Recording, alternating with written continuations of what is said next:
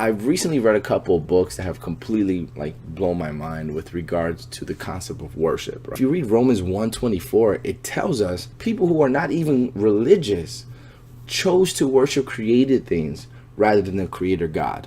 Now think about that for a minute. That means that religion is not the basis of worship. In other words, worship is not tied to religion. You could be a full-on atheist, you could be complete hater of God and still be a worshiper. The issue is what you are worshiping. See, worship isn't just an act. It's something you're wired to do. It's kind of like your respiratory system. You could take a breath, you could hold your breath, you could blow, right? But you can't do that without the respiratory system. Well, worship is the same way. I could sing, I could stand, I can withstand certain things that might, bring damage to my heart. But the reason I can do that is I've been wired to worship, which enables me to do two things: to behold God, to see him as valuable, as beautiful and precious, and to respond to that very beauty.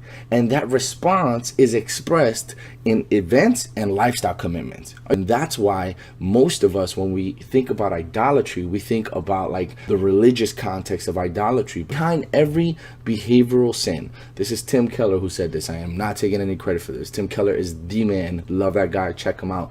He says behind every behavioral sin, there are 4 root idols: power, comfort, control, and approval. And that is like mind-blowing if you think about it. And that's why when we look in the Word, the Bible tells us to behold him, to fix our eyes on him, to look to Jesus. Because when that happens, not only do we behold him and see the value, but he satisfies our souls. He gives us strength, gives us everything we've actually ever wanted.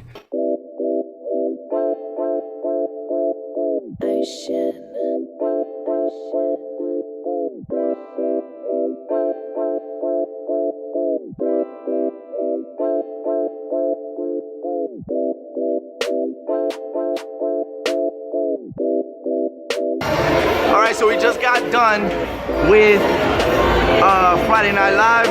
The encounter went crazy. As you can see, I'm all sweaty. It was nuts. Everybody's breaking out, man, but it was an incredible time. It's one of my favorite things to do.